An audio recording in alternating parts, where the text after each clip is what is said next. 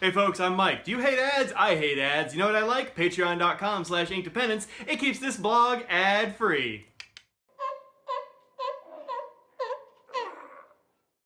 Hello and welcome to an Inkdependence.com brief video review. Today we have the SQ1.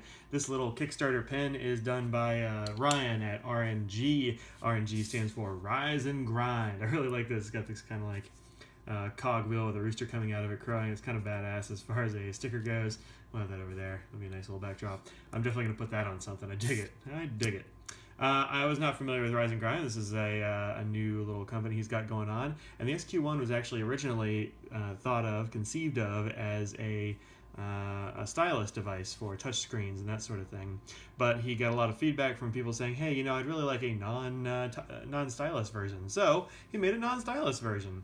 And this one is, you can get it as a stylus actually, and this is on Kickstarter right now, and it has well exceeded its very, very modest goal. So this will be definitely produced.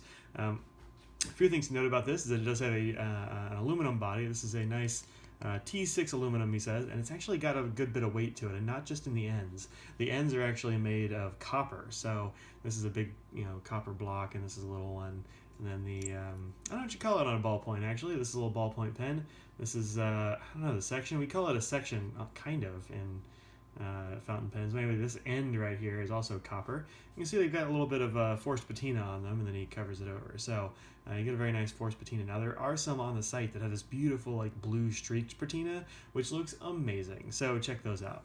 This is a green anodized body. It's got lots of little divots in there, kind of golf ball divots, and they actually do make it quite a bit more comfortable, I think, than just if it had to happen to be smooth. It also makes it look a little bit more interesting, and you know which end to unscrew to get the tip.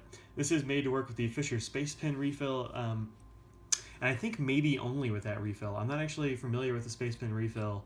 I haven't got a Space Pen before. This is my first pen with a Space Pen refill in it, and as you can see, maybe, let's see if I can get it to show up. No, maybe not.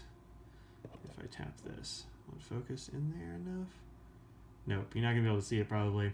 There is a set screw in there down here-ish, actually, I think, and that keeps this this refill real tight. You don't get any tip rattle at all, which is really good. Man, I hate tip rattle in a ballpoint. I've got some ballpoints that, let's see, this one's probably got some tip rattle. Let me find a piece of scratch paper. Here we go. A little bit of rattle in there. Nah, not too much. You hear it in some of them. This one, though, man, just solid. Feels like you're writing with I don't know, just a solid piece. There's no give or anything. It's pretty good, actually. I've heard some people say they don't like the Space Pen refill, but if this one is a typical example of a Space Pen refill, I really like it. I think it writes very well. I've heard like people say that it blobs and stuff.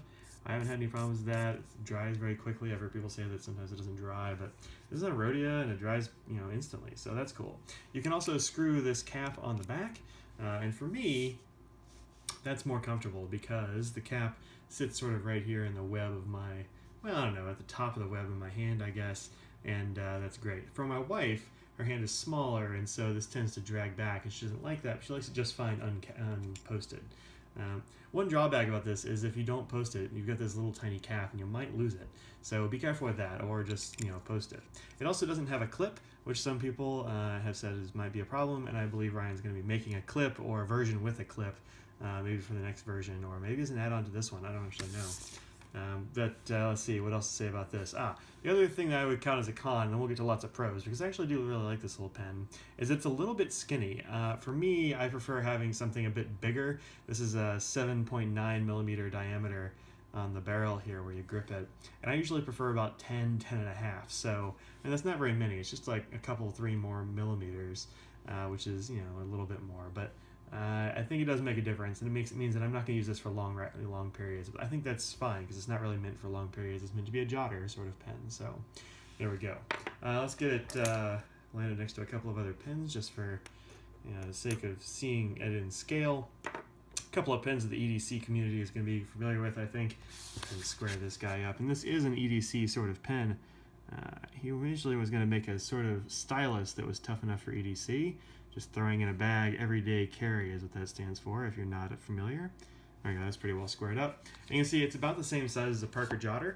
About this, it's a little bit shorter than the Zebra 301, which is a pretty popular EDC pen as far as ballpoints go. And the jotter's got to be. Everybody likes jotters. It's kind of the quintessential ballpoint. So it's in the same size range as those guys. It's got a smaller diameter than the 301 does, as you can see there. Maybe if I can focus. There we go. You can see it's got a much smaller diameter, I think, than the 301. But there you go. Nonetheless, really tough little pen. Doesn't have any mechanism to go wrong. The other thing it could be a little fiddly is maybe the threads are a little bit small, I think. That could be it. And so you might have a little bit of a trouble getting it on there, but I haven't. Seems okay to me. All right, there we go. So that's that. All right, so pro stuff. Firstly, great weight. I think it's got good weight with the copper on each end. They also come with a brass version, which is fine, but I really prefer the copper. It does smell a little bit like pennies, but that's okay. It doesn't bother me at all, and not nearly as much like pennies as some of the other brass or copper pens that I've used. My wife hated the way that the Monograppa Mule smelled because it just smelled like a handful of pennies. This one much less because you've only got a little bit of copper going on there. The other thing is that it's really tough. I think it looks good. And again, no tip rattle, man. That tip rattle thing is king for me. I do wish it had a clip. I think that would be cool, or even like maybe a lanyard cord. I don't know. Clip would probably be the good thing, so it can go in your pocket. It does. I have carried this in my pocket for about a week now since I've gotten it, and it's got no scuffs that I can see. Let's see if you can pick anything up. And the bright light here. No, I don't see any. Now, when I zoomed in real close to the camera, you can see some like imperfections in the anodization. Anodization. And, you know, a little bit of that, but you can't see it with the naked eye. I can see a few little scuffs maybe here and there, but I have been just throwing this in the pocket with, like, I don't know, coins and keys and a pocket knife and, you know, stuff like that. Typical EDC sort of stuff, just throwing it in there. And I've used it for quite a bit for stuff. Now, sometimes I have wished I had a click mechanism, but that would make it less tough. So if you want a tough, sturdy pen, this is a good one for you. So go check this out on Kickstarter. You can get one for 25 bucks, I think, for the regular version, and then 27 or 28. You'll have to check the Kickstarter for that for the one with the stylus. Oh, sorry, the stylus actually goes on the back, so you can use it for a stylus too. So if you're a stylus user, go for it. I don't ever use a stylus, so I'm glad you just sent me the regular ends. I'm cool with that. I wouldn't have use for a stylus, I don't think. So there you go.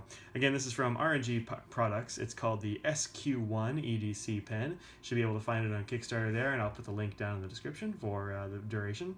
And there you go. So I am Mike. This has been the SQ1 EDC pen from Riise-n-Grind. Thanks very much to Ryan for sending this out for review. So go ahead and check this out for yourself. And that's it. Peace out.